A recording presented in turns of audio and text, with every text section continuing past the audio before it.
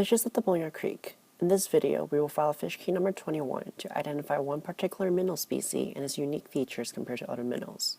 To start this video, we are privileged to have an interview with a professional staff member from the University of Illinois in helping us for our identification.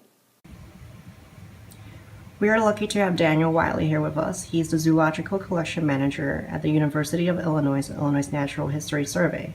Mr. Wiley oversees collections of crustacean, fish, reptiles, and amphibians. Today, Mr. Wiley will discuss key number 21 with us with the fishes of the Boneyard Creek. We have learned from previous keys that the size of the predorsal and postdorsal scales are important in identifying fishes. Can you tell us a little bit more about the differences in scale sizes, particularly in silverjaw minnows compared to the other minnow species? The silverjaw minnow has equal-sized scales across the dorsal region of its body. Aside from scale sizes, are there other distinguishing features that can help us in identifying silverjaw minnows? Looking at the pearl organs on the jaw and cheek of the fish. You've mentioned something about the lateral line on silverjaw minnows the last time that I was here. Can you briefly talk about that? That was in reference to the silverjaw versus the golden shiner, and the silverjaw minnow has a very straight lateral line running horizontally, whereas it's quite concave on the golden shiner. Just to sum up, if a minnow species is delivered here, what are some things that you personally will look out for in identifying the fish?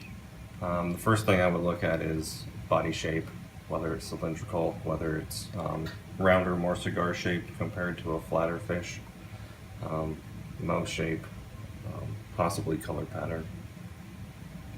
Well, I'm extremely glad that you had this interview today. I cannot wait to share it with my peers and viewers that will visit our Fishes of the Boneyard Creek webpage.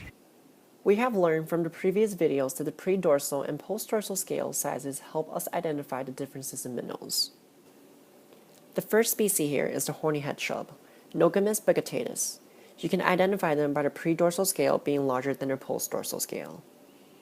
The second species here is the creek chub, Semotellus atromaculatus. Unlike the horny head chub, the creek chub's predorsal scales are much more smaller compared to its postdorsal scale. The third species is the focus in fish key number 21, the silverjaw minnow, Aerosima buccata. By comparison, the silverjaw minnow has equalized predorsal and postdorsal scales compared to the previous two species.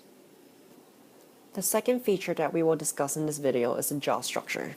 The first species here is the horny head chub. As you can see, the lower jaw is curved upward. Similarly, in the creek chub, the lower jaw is also curved upward. Likewise, in our third species, the golden shiner, the lower jaw curves upward as well.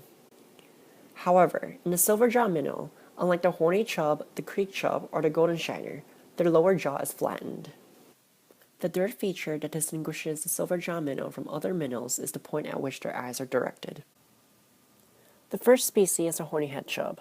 Highlighted in white, you can see that their eyes are straight and centered.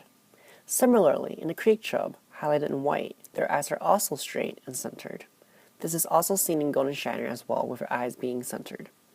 On the other hand, if you compare the silverjaw minnow to the previous minnows, their eyes are pointed upward as highlighted in white. The most unique feature that separates silverjaw minnow from any other minnow species is their large pearl organs presented on the cheek and lower jaw. Highlighted in red, these large pearl organs, which are typically silver, are believed to be sensory organs that help the silverjaw minnow in detecting prey. There is a fish that has a very similar body shape to the silverjaw minnows. On the very top is a silverjaw minnow with the unique pearl silvery streaks or spaces on its jaw. On the bottom is his big mouth shiner, which lacks the sensory organs presented in the silverjaw minnows. To wrap key number 21 up, let's review what we've gone through just now. If you find a minnow species and notice that the predorsal and postdorsal scales are equivalent in sizes, the lower jaw is flattened, the eyes are directed upward, and it has silver pearl-like organs on its cheeks and jaw, then you most likely caught a silverjaw minnow. It is important for us to identify the differences among the minnows because of the vast minnow species in Illinois.